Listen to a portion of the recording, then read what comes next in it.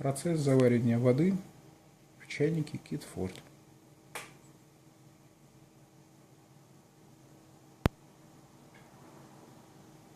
Мы налили чуть больше литра с тем, чтобы потом заварить чай сразу в чайнике. Чайник мощный, 2,5 киловатта, поэтому заварка пройдет. Процесс закипания пройдет быстро, и заварка тоже. Уже появились первые пузырьки.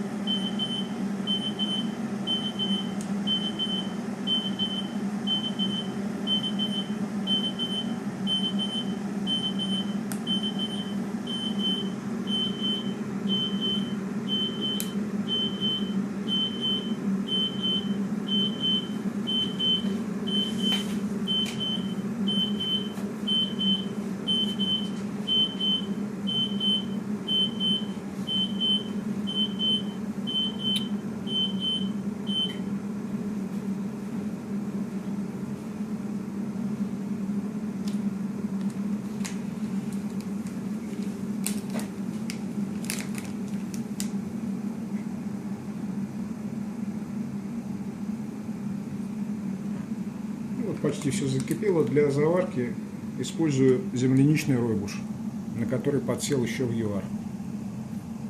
Такой красивый земляничный чай.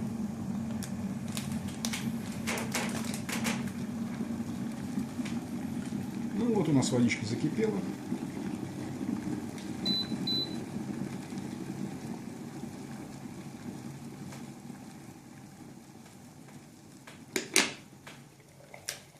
Снимаем крышечку и ставим заварник сразу.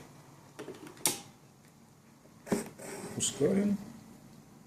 И сейчас пойдет процесс заварки.